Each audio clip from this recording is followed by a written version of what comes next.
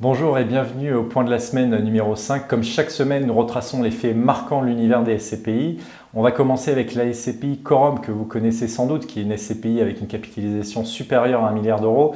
Cette SCPI a réalisé 4 acquisitions au cours de cette semaine avec des investissements qui ont été réalisés aux Pays-Bas, en Espagne et puis également au Portugal.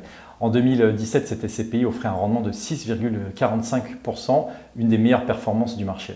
On complète cette semaine très active en acquisition avec la SCPI Épargne Pierre, qui est une SCPI qui investit de manière nationale avec 2 acquisitions qui ont été réalisées au cours de cette semaine, une à Tours et une à Lille. Donc cette SCPI qui offre un rendement 2017 à 5,97, complète son patrimoine avec des perspectives qui sont intéressantes.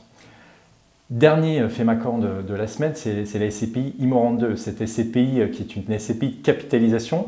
Alors c'est intéressant de voir comment ça fonctionne, c'est qu'elle investit dans des murs de magasins qui sont sur des loyers plutôt faibles, donc avec des rendements immobiliers plutôt faibles. Et en fait, au fur et à mesure des libérations ou des renégociations de loyers, eh bien, en fait, la valeur locative augmente et donc mécaniquement le capital également.